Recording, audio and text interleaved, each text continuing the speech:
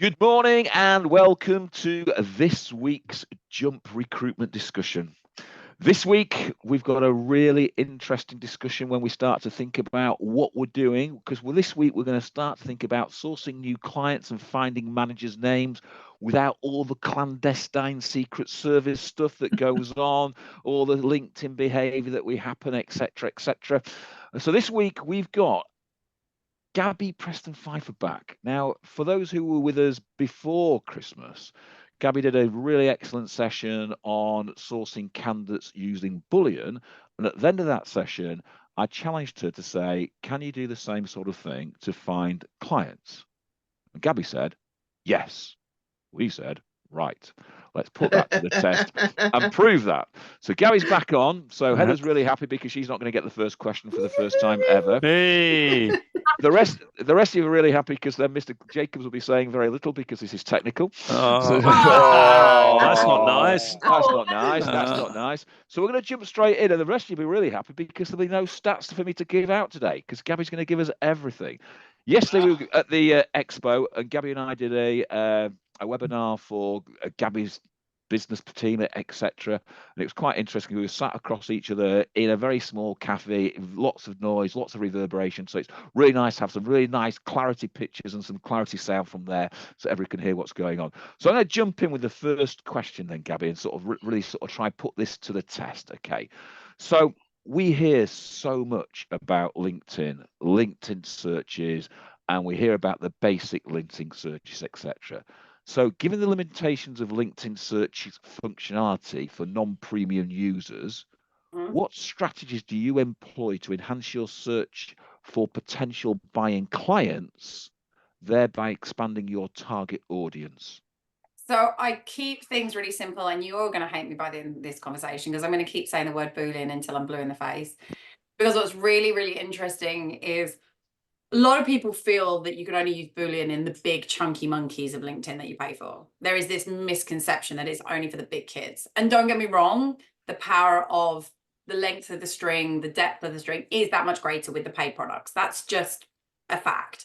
So if you get to things like Sales Navigator, you can use 15 operators, so 15 ors or nots and ands. And as you go up, the character limit increases. But if you're kind of sitting there with your basic LinkedIn going, well, I don't want to play with that, I don't want to pay for it. What you can do in premium or in basic LinkedIn, even the free version, you can have a Boolean string of up to 5 operators. So that's 5 ors. Okay. And what's really interesting when you start doing that, it's 5 ors in the keyword section. So actually, can I share my screen? Will you guys see this if I share my screen? I will have to allow you to share the screen, so just give me 30 seconds. Let me just find out how I allow you to share that. Oh, this will be a test of Howard's ability to use technology. Should I be know, interesting. do you know what? He It's gave done. me a brief about being untech savvy. Let's see what happens now. You throw a tech question at me, and I've answered it. Gabby, Hey, the stage is yours. Oh, look at that magic! Can you see my LinkedIn? Yeah. Okay, cool. Yeah. So let me get rid of some of these tick that appear at the top. Okay. So in this search bar up here, you can have up to 5 operators. So what I mean by operators are the or in Boolean, the and the not. Okay. And make sure they all have to be in capitals, by the way, otherwise this does go slightly off piste. So what you need to be doing is when you actually sit down and go, I want to go searching, and I'm sure you guys will all agree with me, a lot of people just automatically race into here and start looking through their network. And I don't know, let me just narrow this down. I'm just going to do one in here just to make it move. You'll come into here and you actually literally just want to type in something at the top word and look at people. Okay, let's just get to the people part of the search. But what I really want you guys to do before you even start rummaging through this rubbish is I want you to step back and think about who you've ever won business off of. Not the companies. I don't care about the companies. I care about the person. Who was the person you won business from? So for example, let's do this. Let's say Howard, let's say you signed up to Tool.Raccoons because I know how much you love Tool.Raccoons.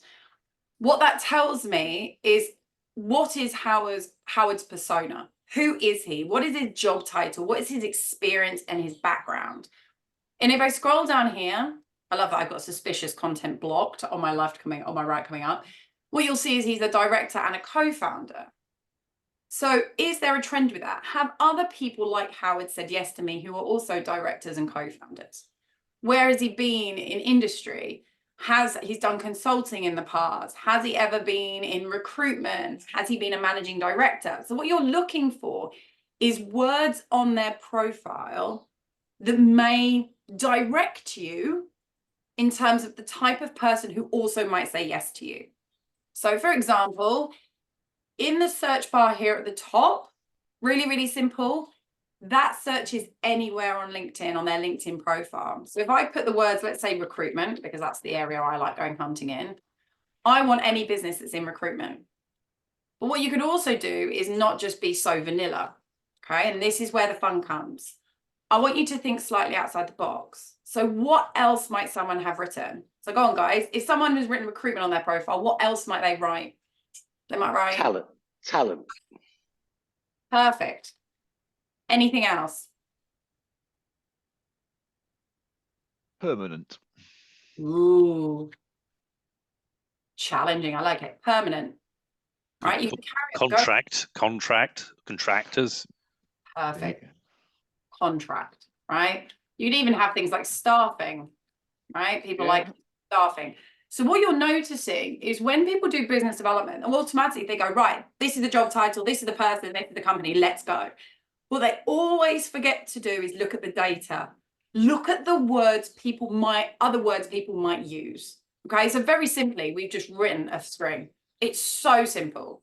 It wasn't complicated. I've literally put a bracket and loads of ors in the middle connecting it. And what that's done is narrowed it down. So what that search has run is anywhere on those profiles right there, it literally would go, okay, Matt has come up because he's got permanent and contract recruitment, right? And it's literally looking anywhere on their profile. So I'm just going to hit people. Okay. The other place that's really, really important when you're starting to do business development is pressing on all filters and actually rolling down all the way on the right-hand side to this section here where it says keywords.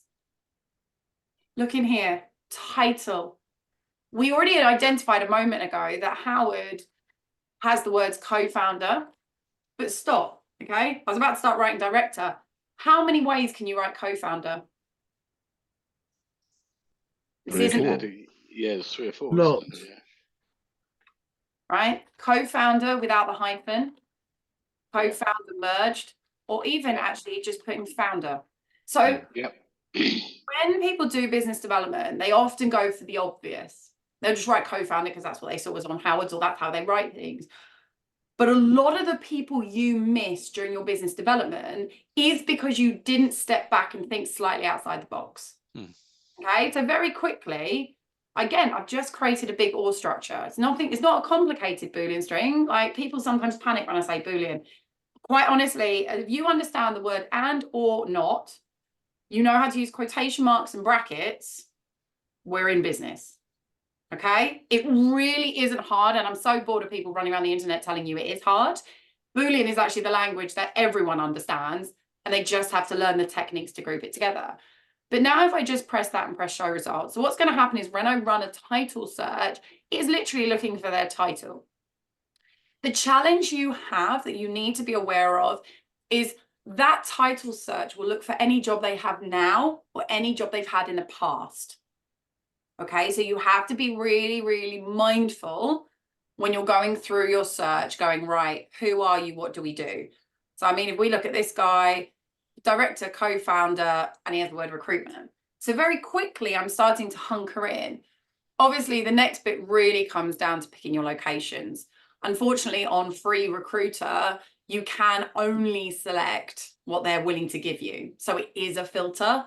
Not my favorite choice, but there is a filter in there. The one thing I do while I'm sitting here and we're kind of talking about finding people is just be really careful of industry. Really careful. Industry filter has been broken probably nearly 2 years now. Yeah, we're almost at 2 years. And that applies to any version of LinkedIn that you're hunting on, any version. Okay, so what happened was the team in the back end decided that there are businesses out there that have multiple industries, right? So if we take Virgin, for example, they're not just a holiday company. They have finance. They have all sorts going on. So therefore, their industry classification is different. One of the teams in LinkedIn tried to capture that and didn't tell anyone, and it basically broke everything. So if you are trying to look for a specific industry, lean into this top bar at the top and use the industry classification. So you could have things like and staffing and recruitment. I mean, we're going to capture it because it says recruitment anyway, but you could have and manufacturing and electronics and automotive. So if you want to hunker down, that's how you would do it. Does that make sense? So makes perfect sense. Bog standard, easy Boolean search for those that understand that Boolean and or and not, and working from there. So let's move this along a little bit, because obviously when you start thinking about your LinkedIn connections, you look about your client connections and you want to transition how you connect with people into either contacting them or bringing them. So can you describe methods then that you've successfully used to transition from being a connection with potential clients on LinkedIn to obtain their direct details? Yep. And that's obviously without violating privacy norms or using LinkedIn, sort of abusing LinkedIn agreements. So how do you do that? Because that's the bit that everyone sort of struggles with, that, oh, they haven't got a telephone number, or they haven't got an email address, etc. on LinkedIn. So, or they're hiding it. I think what's really interesting with a lot of this is, actually, let me get out there. It doesn't do it on there. Let me get the link for it before I actually tell you it. There's a specific link for something I created. Where is it gone? Here we go. So one of the things, especially in recruitment, it's not a volume game in many respects, in terms of number of clients you need, especially if you're a smaller business. You don't need 600 clients. You need maybe 10, 20, whatever your capacity is, whatever your number is, depending on your operational efficiency, right? But when you're doing business development, a lot of people just come in and go, I'm a recruiter. I've got 60,000 million years experience. Please love me. And every single person goes, boring. It's all about you. It's not about me. Don't care. One of the things that I love doing is creating content that adds value. Okay. Anyone who's connected with me will see I love putting content out. What I did for my business development is I actually created a master candidate discovery, how to master candidate discovery on LinkedIn Recruiter. It's a 45-minute video. It's me talking and educating, talking about a topic I know. So what it's doing is giving me credibility in my marketplace, hearing what I have to say and adding value to their world. So it's credibility, value add, and I haven't asked for anything. What I did do is I've hidden it on my website on a hidden page. So you can't get to this unless I give you the link. So what I do from a business development perspective is I'll message someone, and you have that send note bit when you try and connect with someone. I'm like, look, totally random, but I did this LinkedIn Recruiter candidate discovery training. It's 45 minutes. It's completely free. I specialize in candidate discovery. I don't know if it'll help you and the team. And what happens with the content I've created, obviously it's very specific because I own a tech company specializing on candidate discovery. So it's a very unique proposition. But what happens is people come back with 1 or 2 messages, right? My acceptance rate is 95% because of how targeted step 1 was. The response I then get is either, Gabs, thanks for the offer. I really appreciate the free gift, as I call it, but I don't use LinkedIn Recruiter. They told me a piece of information about them. They told me they're not using a piece of technology, which actually determines whether they're a good fit or a bad fit for me very, very quickly. But we're in a dialogue. You then have the other side of it where they're like, oh, actually, Gabs, that'd be absolutely amazing. I'll be like, okay, cool. If you could just send me your email, I'll pop it over to you so it doesn't get lost in your inbox. Instantly, they hand over their work email. It's not rocket science, but I think for a lot of people, they're trying to get information off people who don't want to give you their information, right? They don't want to give it to you free, like they just don't hand it out to anyone. You have to give them something that is going to add value to their world so they don't even hesitate. Like I've got more TA email addresses than you can shake a stick at by this one technique. And then literally, I'll send it to them, I'll drop them an email, I put them into my CRM with their details. And then a couple of weeks later, I have a reminder, just drop them a note and go, how was that training? Did that help you? Did you discover anything you didn't know? How did that help with your search? all of a sudden we're on a conversation, right? And I haven't pitched anything, but the video, like I said earlier, has given me credibility. I've done something to help them. In my follow-up question, it's, did you find it helpful? Was there anything you wanted? Again, use the fact it's a replay to obviously appreciate you can't ask questions live. Can I do anything to help?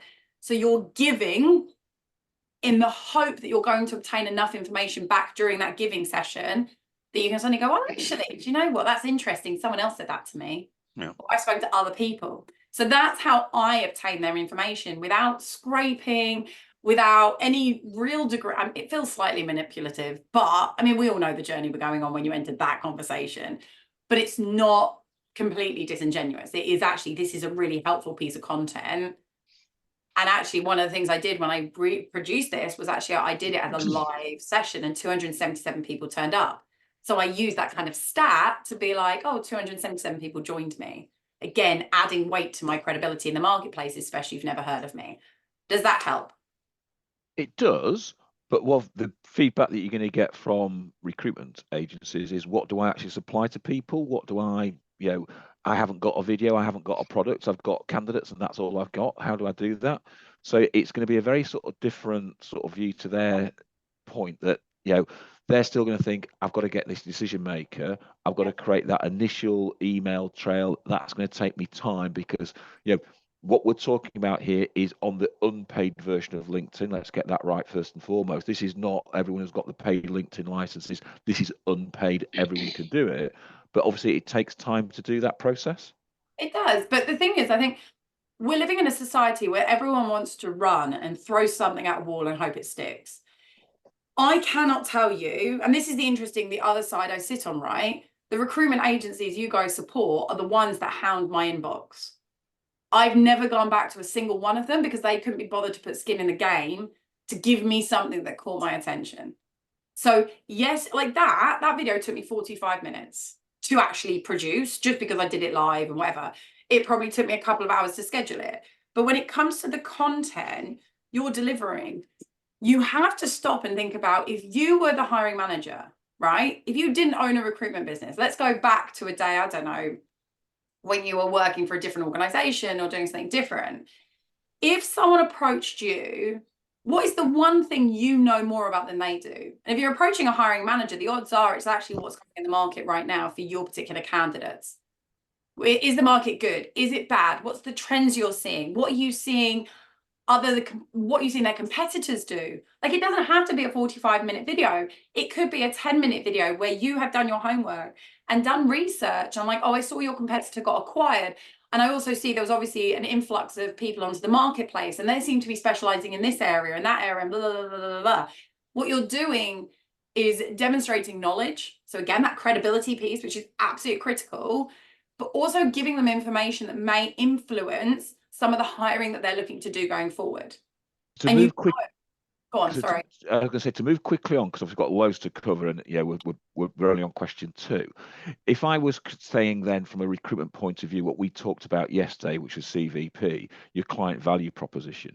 If you start to create a real client value proposition that clients want to engage with and want to intrigue with, that's exactly the same sort of link or the same hook that you're pushing out to move people onto that next level and create that conversation.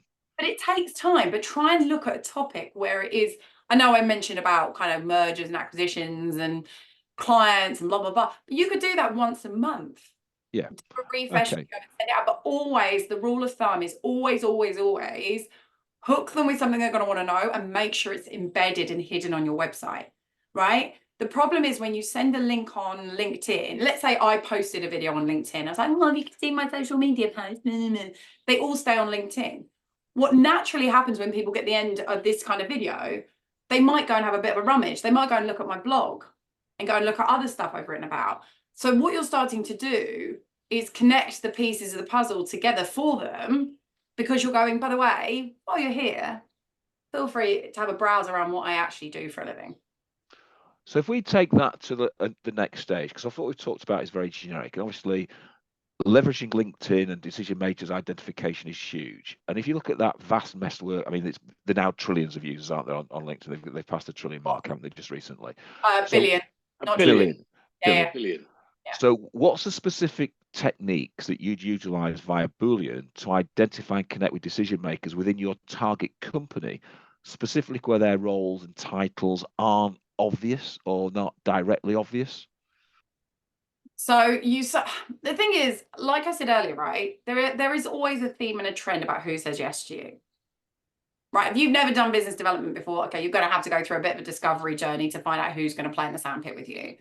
But I know, for me as a business, there are certain job titles, and it is about going back to their profiles, like we did at the beginning with your profile, Howard. I literally just looked through it and went, what job titles do you have? What experience do you have? Where have you been? And created a Boolean string for it. If you've got a particular client you're trying to target, you can do something slightly different. So let's just do this quickly. Let's do sourcing or contract or permanent, right? I should have actually just used my tool, then I'm going to have to write this 1,000 times, but we'll go with it for today's adventure because I've just done it.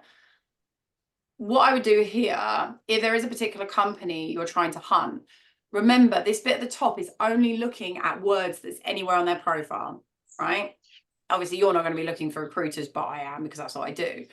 I would then pick current company. So I don't know.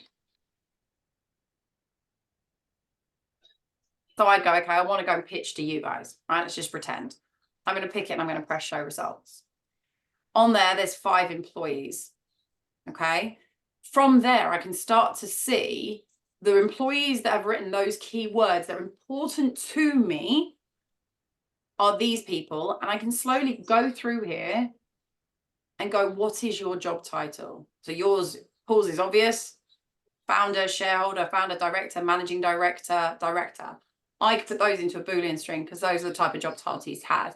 You have to do your research. Obviously, our technology, you can put in a couple of job titles and it'll spit out alternatives.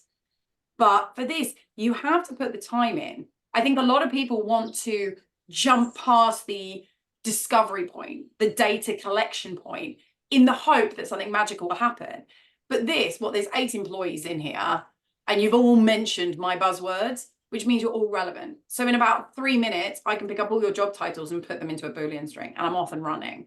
If you had a slightly larger client, so I don't know, let's pick another one, right? Let's pick a monster, a JP Morgan. It's 2,400 people that have apparently referenced the word recruitment, sourcing. There's loads of them. So then I could narrow it down by location, right? You can only work within the boundaries you have to work. So 671 people are in here that are somewhere in recruitment that I want to go and play with. Appraisals, recruitment, discipline, etc. So sometimes there is no quick way to build the most targeted and accurate search. You sometimes just need to look at the data and use it. So it's about picking your avatar, understanding what your avatar actually does, creating the Boolean search string from there, and then narrow down that search either by geographical, by company, etc. And then you start to connect to those people. You start your email trail or in-mail trail on LinkedIn to those people to start to drive that activity from there.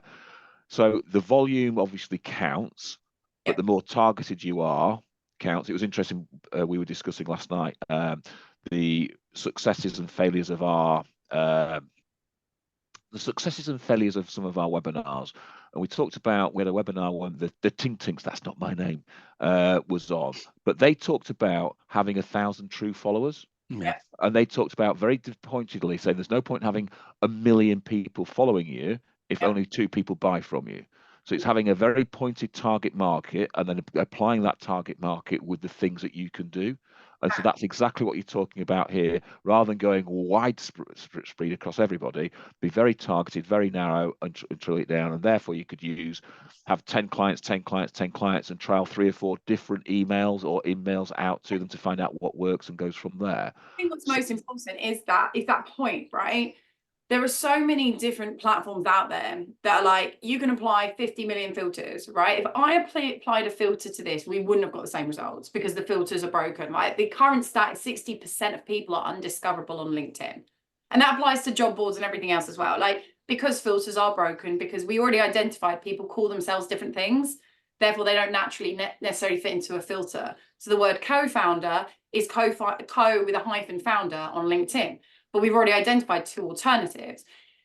But if you can capture that and get your avatar crystal clear in your mind by looking at the profile tells you what they call themselves, how they identify. Use those words against them.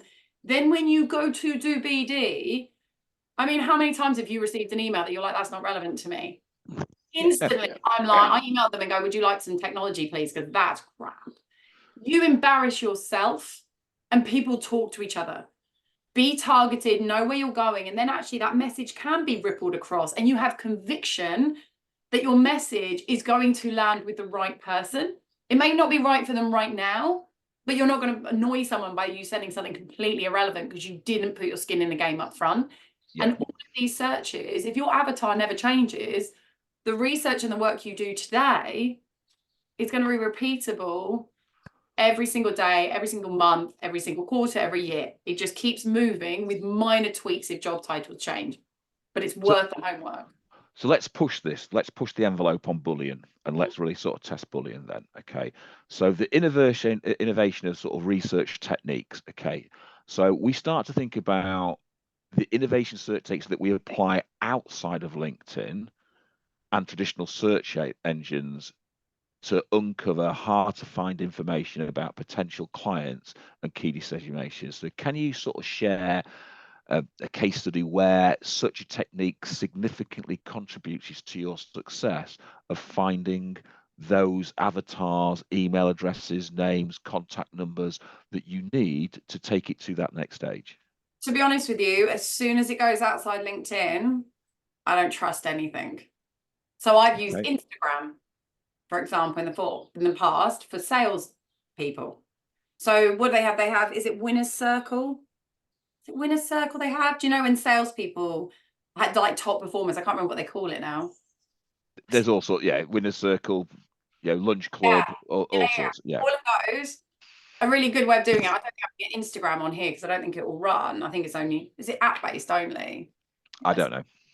Let's actually, you're like, I don't know. I never use Instagram. Let's see if it'll let I try to avoid Instagram like the plague. It's not going to let me go in it.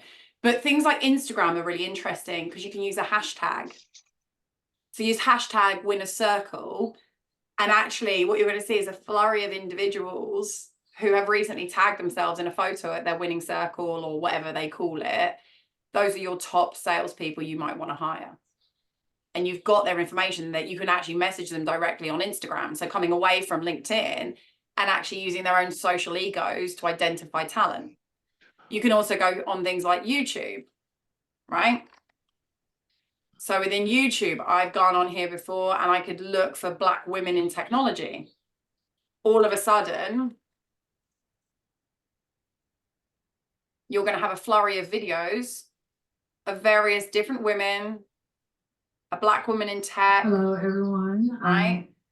That's who she is. You can go and start finding her email address on here. Some of them share it because they want you to follow them. They want you to engage in them. So you can actually start using this. Look, about section. Hello, let's get this to stop. It won't stop. Thank you for joining my channel today. There you go. But you can actually, they want you to find them. So if you're doing more niche recruiting, you can find their contact details via YouTube, via Twitter, Instagram. So what it's about then is finding out where your target audience hangs out, and then infiltrating that target audience and working from there. So we were talking about the other day about I was talking about to an education recruitment agency, and he was struggling to find teachers. New agency, struggling to find teachers, but wanted to find more teachers. And we said exactly the same. Go on to Instagram. Go on to I don't know, whatever it is, TikTok, find a teacher that's got loads and loads of followers because they're saying something about the marketplace and lots of people are following them. And then you can click into each individual of those people, and then you can scrape that data, scrape that information, or you can start to add to that conversation and start to drive that conversation because that's where your audience hangs out. And I think but that's the point, right? Like I can go on Twitter. So I can actually put Boolean into the advanced search in Twitter to find people. So things they're talking about, things of interest, things of passion. Like you could probably put teaching in here or teacher, or I don't know, whatever you want to write, right? Governing bodies or whatever. You can search for people, but I think the big question for always when you start a search is, where are the people I want to play with? And actually, sometimes you don't necessarily know the answer, especially if you're new within a sector on a specialist desk that you've never worked before. Sometimes the best thing to do is actually your existing clients, if you have any, is ask them. Yeah. Where does your community hang out and chat? Ask them. Like, it's not rocket science if you've already got them on as a client. Or maybe you've got a mate who's in teaching, or someone always knows a teacher, right? Where does your community hang out and moan and groan about the rubbish that's going on in the teaching profession? They will be somewhere. Ask the question, follow the trail. And then if it is platforms like your Instagram, use hashtags. Like hashtag recruitment. Look at the trending hashtags and narrow down from there. So it's interesting. I constantly say, yes, there is a genuine candidate shortage in the marketplace, but what we have is genuine lack of intelligence of finding where our candidates hang out, and therefore we can infiltrate it. And I use controversial in this one because I use. Go on, then, sorry. Be controversial. Ready to adopt the brace position? I actually don't agree that there's a candidate short market, and this is why. There are more people online than ever before. Ever before. They haven't just got up and flown to the moon. They're all sitting there waiting to be found. What's actually going wrong in the recruitment space is, I'm going to use the royal we, have become lazy. We've become incredibly lazy. Technology has advanced in a way that we feel like it knows better than us. So we kind of go, well, if the technology can't find it, it must not be there. Because we're not being pushed like we used to. Like if you used to pick up the phone, right, and someone didn't pick up, you would go hunting again for the next telephone number, for the next person. You had that kind of mentality to keep digging in. And that's what recruitment used to be. Where now we're like, oh, the computer said no. And then we stop.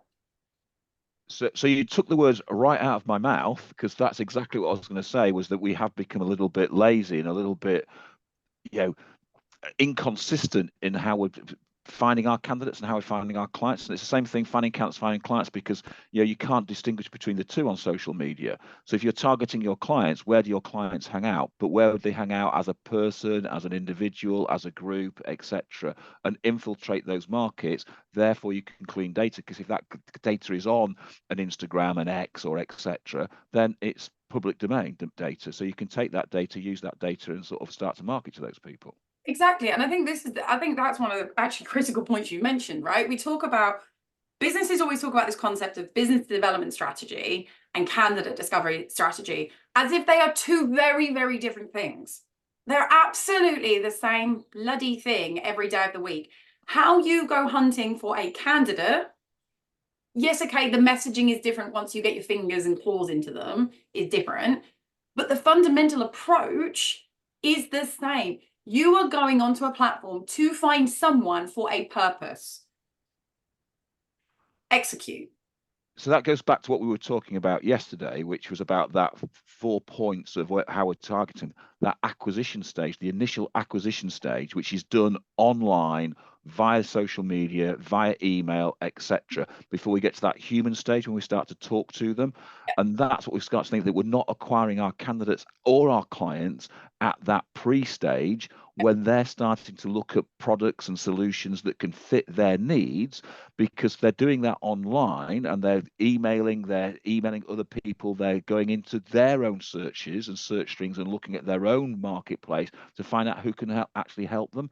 So your client value proposition then becomes really important. Your website becomes really important. The message that you're posting becomes really important, because they're already checking you out online before they actually come to have a conversation with you. And that's really important, because actually, I mean, Mitch, my business partner and husband, he doesn't really like social media, right? It isn't his favorite thing in the world, and that's fine. But the thing is, when he goes out into the marketplace and starts talking about tooled up raccoons, the first thing you will do, if someone engages on a post, whether it's on Instagram, Twitter, whatever, you automatically default to go and look at who they are. So if you found a post of mine, you'd probably come in here, you probably wouldn't read my about section. I mean, I've got one, but I mean, I can't tell you the last time I read someone else's. But what I'm interested in is, what are your main featured stuff? What videos are you talking about? What things are you doing? How many people are engaging you, right? What was your last post? What was it about? Is it of interest? they're validating who you are.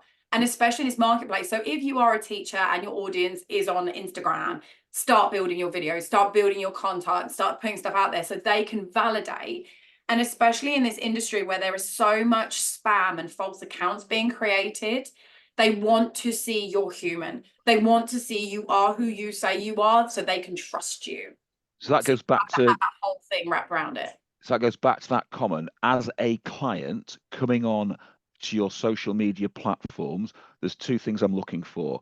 Are you what you say you are? And the second thing is when I'm going onto LinkedIn, who else are you connected with? Because if I can't find anyone else that's connected with you that I know, then I don't think that you're an expert in there. So connecting to the right people constantly is really important. And if you find those people, so we've got, 1,444, I think he said there, quickly joint connections. So that says that we are, very high within the marketplace, and therefore we should be talking to that person. So if I'm going on as we keep using teachers, if I'm going on as a headmaster, or I'm going on as a administrator that's finding contract candidates, etc., or finding recruitment agencies, I want to know who you're connected to. Who do I know? Because that then gives me sense of mind that you're a good person to be working with.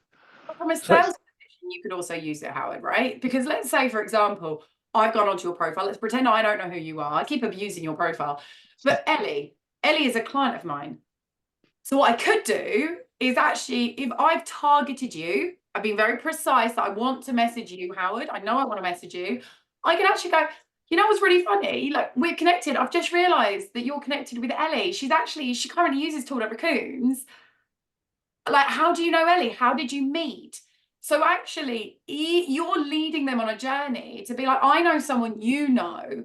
Again, bringing that proximity of us being total strangers to being like, well, actually, there's someone in your network that you might know that I know. They might have ways. So you're rubbing it in their face if they haven't gone and looked at it. So there's that common link, but then we go back to, and I knew I'd be able to get a stat in somewhere. Go on. Hey, So taken long enough. So 93% of buyers say they would happily recommend a good supplier if asked. Yeah. Only 11% of salespeople ask their suppliers to recommend them to another person. And that includes within their business and outside of their business as well. So let's move that. So let's talk about data capture and time. Okay. So once you've identified your potential decision maker, what data capture strategies have you found most effective for placing the buyer into a pre-conversation channel? And that's the comment, isn't it? Pre-conversation channel. So how much time does it actually take to ensure that you have enough quality data to create the leads that you need to achieve to, let's say, build 10K a month? Okay, so my rule of thumb, and this is probably where I have a cheat for this, okay? So get your CRM hooked up, right? So we use Zoho. Zoho is our platform of choice for our CRM for my business. What I do then is I have a piece of technology called Link Match. So again, this comes down to your tech. Some of this you are going to have to lean on tech for because we all have busy lives and better things to do. Obviously, Link Match is unique for what I'm trying to do with Zoho. All I will do is once I've found my target, let's pretend Joe is my target. Let's just get this to load. Bear with me. I just need to accept this. Get that to load. I'll find my target before I even send her a connection request of any description. You can obviously use the automated technologies like your Dripifies and all this kind of stuff if you should wish to.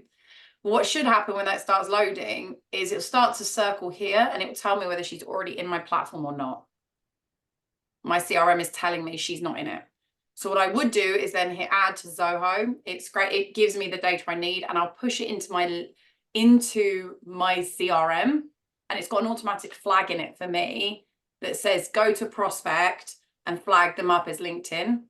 Because what I'm looking for is a way to capture their data and then pull her through. So for Joe, let me get rid of her. In Joe's, she doesn't have her email address despite being connected to me. Some people do. So when I scrape the data, I can get their email address. But what I'm doing is making that trail in my CRM so that I can then have like, do you know what? I connected with Joe or these 10 people, sent them connection requests. Has anything happened off the back of that? Have I engaged them? Have they responded to me, etc.? So that's how I track it so I don't lose it. and it doesn't just live in LinkedIn. I want to know I contacted Joe. So a lot of CRMs have that capability, don't they, to scrape data from LinkedIn straight into their CRM. Yeah. But again, I'd be really interested to find out, sort of just looking at the people on the webinar today, how many people actually use that functionality? Do they use that functionality to create a leads list? And that goes back again to saying you've got 3 types of sort of avatars. As a general speaking, those clients that are already buying from you, those clients that have stopped buying from you, and those clients that are brand new. And so putting them into various different sectors. So if you look at, say, your new clients, you'd have them into a different sort of email pattern or a different LinkedIn pattern than your existing client base. So it's identifying and capturing your avatar in the right area, putting it into your system, and then putting it into a strategy that we can sort of move from there. Exactly. Because I think too often what happens, and I definitely did this in the early days. I don't know whether you guys have all done this, where you were like, oh yeah, you know what? I want to connect with Joe. I'm going to come in here and I'm going to send her a message. Right. And I'll send her a message and then I'll get busy doing 1,000 other things. And then I'll be like, oh, my inbox is now flooded. I mean, God knows how many messages I have in my inbox right now. But I literally, it's absolutely heaving with messages. I'll forget where Joe was. I might forget Joe's name. I might forget what I've done with Joe. So you do need to somehow make a point, like a line in the sand that was like, right, I took this action. Now my follow-up is going to be this. And even if you have, like for Zoho, I have automated messaging sequences. So with my CRM, I can set that up. So what I could do is actually push her into an automated messaging sequence if her email is available. Okay, so let's push this on one last question then, because I think this question sort of will sort of complete the circle, and people should be able to sort of go away from this session and say, right, can I do what needs to be done? Yep. So using technology and tools. Okay, so with the advent, and I said we were at the expo yesterday, and it's just a technology event nowadays. So with the advent of advanced sales intelligence and data aggregating tools, how do you integrate these technologies into your strategy for finding and engaging with new clients and decision makers? So are the tools, are the platforms, what would you recommend? Wow. Obviously, it all starts with tool.raccoons. Obviously. So anyone who doesn't know what that is, that Boolean we just manually built, it builds it automatically, and then you can do combination searches, etc. So it's very advanced in what it does in terms of that clarity of search. It's then, for me, obviously, as I mentioned, you can use platforms like Dripify. I have got a Dripify account. I am testing it to see how it works. It's very powerful when I run searches where I've used Boolean in Sales Navigator. I can grab the URL across the top and literally put it straight into Dripify, and it will automate my messaging campaign exactly in line with the Boolean string I created and put in. So that is actually, for me, with the volume I'm dealing with, absolutely brilliant for me. You guys may not be dealing with that kind of volume, so take it slightly slower. But go on to here, get your connector, whatever your connector is, into your CRM. So I've got link match, but that's because it matches your CRM. So just go and have a chat with your CRM provider if you're not sure what yours is. Go and connect it in, and then don't do anything more complicated. Like if you want to do a video, I use a platform called veed.io. I'll just put it in the chat. So let me put this in here. So tool.raccoons. I'd use veed.io for video creation and editing. So again, I like my first real engagement to be with you is a video of I am human. Thanks very much. Let's play. And then obviously you guys will all know Zoho and things. But I keep it very light. I keep it very simple, and I do not overcomplicate my tech stack. But I think to get the best tech stack that fits you, you have to sit down and just map it out. Grab a piece of paper. What have you got today, and where are the gaps? And I don't think buying billions of pieces of technology is the answer. Simpler is better. And I like tech. And I say. So the question is, and Julia Hughes has just come on and said, I don't think Job Adder does this, unfortunately. So my question is, go back to Job Adder and ask them. I'm pretty certain it probably does, but we just don't know the functionality of it. I'm pretty sure Job Adder does that, because I'm pretty certain it drags from LinkedIn and works from there. So you've got to start to go back to your CRM providers and your tech providers to find out whether that does do those type of things. And if not, then what else can you do? And I think, right.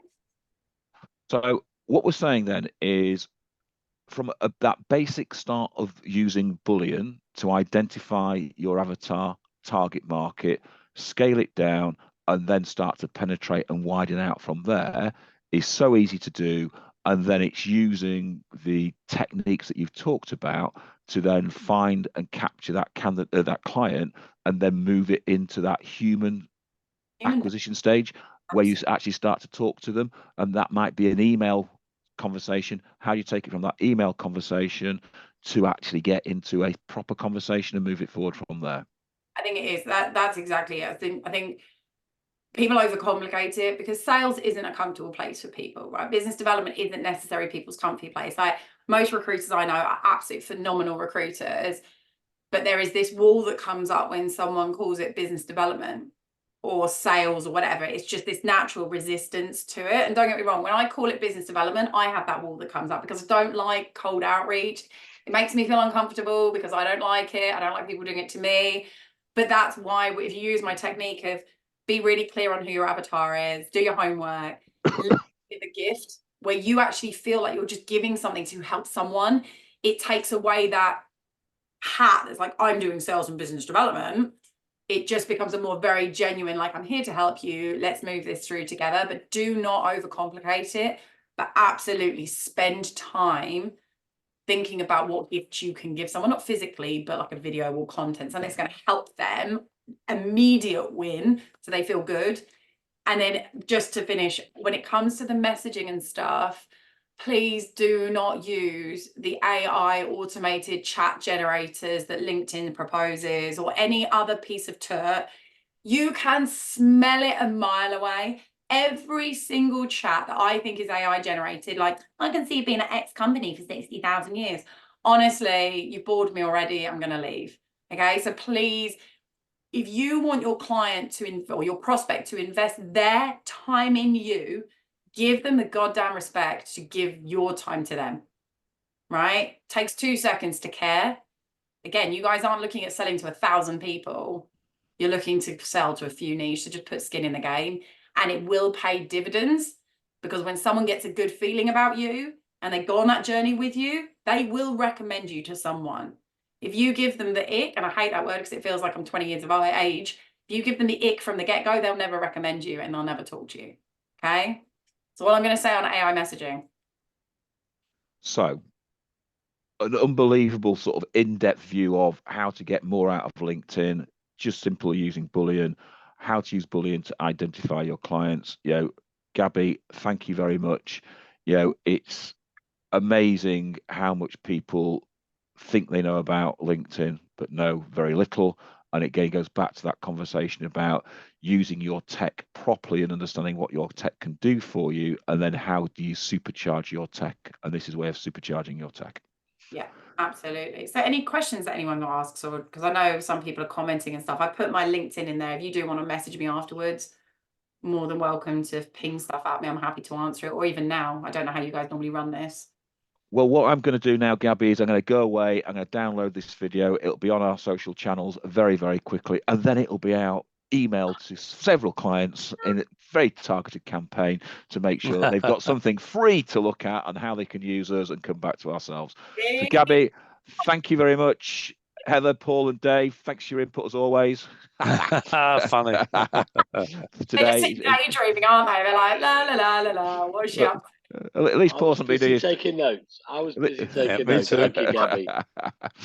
But brilliant. So thanks very much, Gabby. Much appreciated as always. As anybody, if you want to contact Gabby, feel free to get in touch with Gabby. If you can't remember her email address, if you go to our website on our partner page, she's on our partner page. You won't miss Tool that Raccoon's on there. It's the only thing that's got a raccoon on it, so it's pretty easy to find. And we'll see you all next week. Thank you very much. Thanks, Gabby. Thank you very much. Thanks, Gabby. Bye. Have a good week, everybody.